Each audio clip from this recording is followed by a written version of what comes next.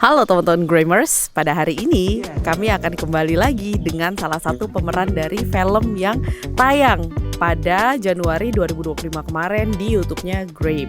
Nah, di YouTube-nya Graham ada salah satu pemeran, yaitu pemeran Panggoba, dan di sini kami mengundang pemeran Panggoba tersebut untuk membahas mengenai buku yang sudah dibaca pada awal tahun 2025. Nah, buku ini adalah buku yang berjudul Pulang, karya Leila Eskudori, dan ini adalah sampul terbarunya yang diproduksi pada tahun 2023. Jadi sebelum sampul ini, saya ingat banget ketika saya membaca buku Pulang tersebut, sampulnya itu masih berwarna kuning dan juga ada tangan yang mengepal di situ. Jadi mungkin teman-teman kalau akrab dengan buku yang sampulnya seperti itu, nah itu buku yang isinya juga sama dengan yang bakalan kita bahas pada hari ini.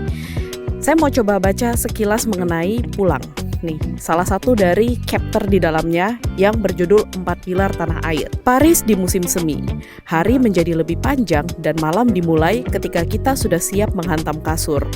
Sayup-sayup, aku mendengar siulan tak beraturan yang tak pernah bisa tepat pada notasi nada.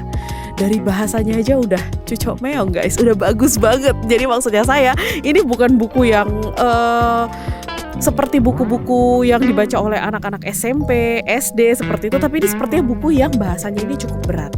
Jadi karena ini sudah dibaca oleh si Panggoba, si pemeran Panggoba ini pada awal tahun 2025, maka saya mau tanya, kira-kira apa sih yang membuat kamu tertarik dengan buku ini? Hal yang membuat saya tertarik untuk membaca buku ini pertama karena sebelumnya saya sempat membaca novel Laut Bercerita karya Bu Leila juga. Terus saya lihat beberapa novel beliau dan tertarik setelah membaca sinopsisnya, saya tertarik untuk membeli buku Pulang ini, begitu Ibu, karena memang masih menceritakan tentang fiksi sejarah begitu. Nah, di sini saya coba membaca apa yang tertulis di bagian belakang sampulnya. Novel Pulang adalah kisah dua generasi, Dimas Suryo dan putrinya, yaitu Lintang Utara yang bersama-sama menetap di Prancis. Seperti ribuan warga Indonesia lainnya yang terjebak di berbagai negara dengan status stateless, keluarga Dimas Suryo tidak pernah bisa pulang ke Indonesia karena paspor mereka dicabut dan kehidupan mereka terancam. Pada tahun 1998, Lintang Utara akhirnya berhasil menyentuh tanah air. Dia datang untuk mereka pengalaman keluarga korban tragedi 1965 sebagai tugas akhir kuliahnya. Apa yang terkuak oleh Lintang bukan sekedar masa lalu ayahnya, tetapi juga bagaimana sejarah paling berdarah di Indonesia berkaitan dengan Dimas Suryo dan kawan-kawannya. Jadi ini benar-benar yang tadi dibilang ya sama Sarah, pemeran Panggoba ini, bahwa novel Pulang ini bercerita mengenai fiksi sejarah. Jadi benar-benar pada tahun 1960-an, kemudian beralih ke 1990-an, dan ini juga sepertinya diceritakan di dua generasi ya, Dimas Suryo dan juga anaknya. Kira-kira bisa diceritakan sedikit apa sih isi dari buku ini? Isinya kira-kira nih. Isi dari buku ini seperti yang tadi Bu Gita jelaskan, kalau ini bercerita tentang dua generasi, yaitu Dimas Suryo dan anaknya Lintang Utara, yang mana Dimas Suryo ini punya 4 sekawan yang terjebak di Prancis dan tidak bisa pulang ke Indonesia karena paspor mereka ditahan.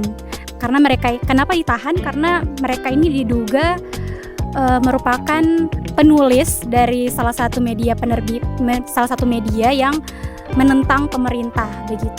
Jadi gerakan-gerakan mereka ini dicurigai sebagai kaum orang yang menentang pemerintah pada zaman itu begitu. Kira-kira nih, apa kelebihan dari buku ini dibandingkan dengan buku-buku yang lainnya yang mungkin sudah pernah dibaca fiksi sejarah pada sebelum-sebelumnya? Ya baik, kelebihan dari buku ini ya tentunya yang pertama gaya bahasanya sangat bagus menurut saya. Sudut pandang yang digunakan oleh Bu Leila juga berbagai macam. Ada sudut pandang dari alam, dari Dimas Suryo, istrinya Dimas Suryo Vivienne, dan Lintang Utara sebagai anak dari Dimas Suryo.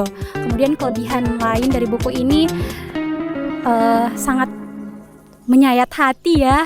Sebenarnya ada salah satu kisah eksekusi dari Hananto yang membuat saya saat itu berlinang air mata, karena memang kisah itu cukup menyayat hati dan kita membayangkan bagaimana sih para aktivis dulu di zaman tersebut dikejar oleh para penguasa begitu. Kekurangan dari novel ini, jujur saya sebagai pembaca menaruh ekspektasi yang lebih ketika saya membaca sinopsis dari buku ini, karena saya berharap akan banyak kisah-kisah bagaimana perjuangan Dimas Suryo ketika mengajukan visa ke KBRI dan selalu ditolak. Karena buku ini kan di sinopsisnya bercerita mengenai si Dimas Suryo dan sekawannya yang tidak bisa pulang ke Indonesia, dan sementara itu saya tidak terlalu melihat banyak perjuangan Dimas Suryo ketika di Prancis, ketika dia mengajukan visa ke KBRI dan selalu ditolak. Saya pengen Bu Leila menceritakan atau mendeskripsikan lebih detail lagi mengenai gimana sih perjuangan Dimas Suryo dan kawan-kawannya itu mengajukan visa dan kemudian ditolak terus begitu. Saya pengen hal itu dijabarkan terus. Kemudian kekurangan yang lainnya menurut saya, karena ini ada, sejauh yang saya baca, kalau saya tidak salah ingat, itu ada 4 POV yang digunakan. Yang pertama itu ada POV dari Dimas Suryo itu sendiri, kemudian POV dari Vivienne, terus ada POV dari Lintang Utara dan Alam. Nah, menurut saya ketika saya membaca dari bab ke bab, itu beberapa kali saya kesulitan menebak-nebak siapa sih POV yang sedang diceritakan ini, bercerita dari POV siapa sih, karena gaya bahasa dari penceritaan Vivienne, Dimas Suryo, Alam, bahkan Lintang itu terdapat banyak kesamaan. Jadi kayak tidak punya kekhasan antara satu tokoh dengan tokoh yang lain. Jadi setiap bab itu kayak melompat ke bab berikutnya. Nanti di beberapa paragraf berikut saya baru bisa tahu, oh ini lagi pakai sudut pandangnya Dimas Suryo, oh ini lagi pakai sudut pandangnya Lintang Utara begitu. Tapi hal ini memang cukup challenging sih Ibu, kayak bertanya-tanya setelah kita membaca paragraf pertama, nggak bosan, siapa ya yang bercerita di cerita ini begitu. Untuk para pembaca nggak bakalan ngerasa bosen, karena kita bisa lihat nih dari sudut pandangnya Alam, Lintang Utara, Dimas Suryo, dan juga dari istrinya Dimas Suryo. Oke, jadi kira-kira berapa ratingnya nih kalau 1-5 yang kamu berikan untuk buku berjudul Pulang ini? Saya bakal kasih rating 3,5/5 ya, karena kisah-kisah di dalamnya juga cukup menginspirasi, kemudian menyayat hati. Bahkan saya sampai penasaran bagaimana sih kelanjutan dari kisah Lintang Utara dan Alam di dalam buku ini. Jadi teman-teman harus baca sampai kayak ternyata Bu Leila Chudori ada lanjutan dari novel Pulang ini, yaitu novel Namaku Alam. Kemudian apalagi ya, buku ini membuat saya bertanya-tanya gimana sih lagu Take Me Home Country Road kalau versi harmonikanya. Oke, terima kasih Sarah untuk review buku Pulangnya pada hari ini. Jadi kalau dari ceritanya, karena memang saya pada dasarnya saya belum pernah membaca buku ini, saya tertarik pertama itu dari sampulnya. Desain sampulnya ini bagus banget, karena nggak kayak kemarin yang misalnya seperti buku sejarah ya. Kalau yang saya lihat jadi lebih kayak